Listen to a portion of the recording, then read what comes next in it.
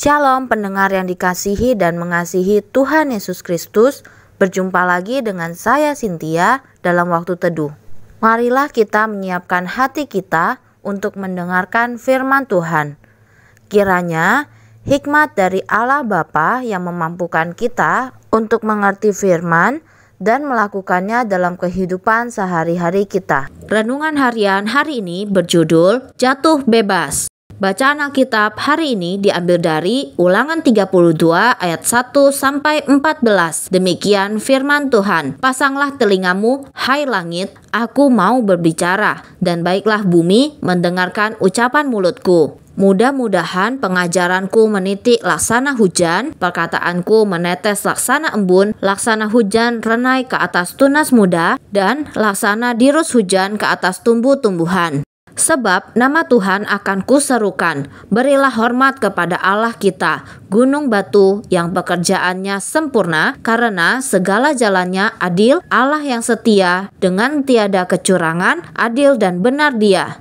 Berlaku busuk terhadap Dia, mereka yang bukan lagi anak-anaknya, yang merupakan noda, suatu angkatan yang bengkok dan belat-belit. Demikianlah engkau mengadakan pembalasan terhadap Tuhan, hai bangsa yang bebal dan tidak bijaksana. Bukankah Ia Bapamu yang mencipta engkau, yang menjadikan dan menegakkan engkau? Ingatlah pada zaman dahulu kala, perhatikanlah tahun-tahun keturunan yang lalu, tanyakanlah kepada ayahmu, maka ia memberitahukannya kepadamu, kepada para tua-tuamu, maka mereka mengatakannya kepadamu. Ketika Sang Maha Tinggi membagi-bagikan milik pusaka kepada bangsa-bangsa, ketika Ia memisah-misah anak-anak manusia, maka Ia menetapkan wilayah bangsa-bangsa menurut bilangan anak-anak Israel. Tetapi bagian Tuhan ialah umat-Nya, Yakub ialah milik yang ditetapkan baginya. Didapatinya Dia di suatu negeri, di padang gurun, di tengah-tengah ketandusan dan auman padang belantara. Dikelilinginya Dia dan diawasinya Dia, dijaganya sebagai biji matanya. Laksana Raja Wali menggoyang-bangkitkan isi sarangnya, melayang-layang di atas anak-anaknya, mengembangkan sayapnya, menampung seekor dan mendukungnya di atas kepaknya. Demikianlah Tuhan sendiri menuntun Dia, dan tidak ada Allah asing menyertai Dia. Dibuatnya Dia berkendaraan mengatasi bukit-bukit di bumi dan memakan hasil dari ladang. Dibuatnya Dia mengisap madu dari bukit batu dan minyak dari gunung batu yang keras, dadih dari lembu sapi dan susu kambing domba dengan lemak anak-anak domba, dan domba-domba jantan dari Basan dan kambing-kambing jantan dengan gandum yang terbaik, juga darah buah anggur yang berbuih engkau minum. Nats pembimbing hari ini diambil dari Ulangan 33 ayat 27. Demikian firman Tuhan. Allah yang abadi adalah tempat perlindunganmu, dan di bawahmu ada lengan-lengan yang kekal. Ia mengusir musuh dari depanmu dan berfirman, punahkanlah.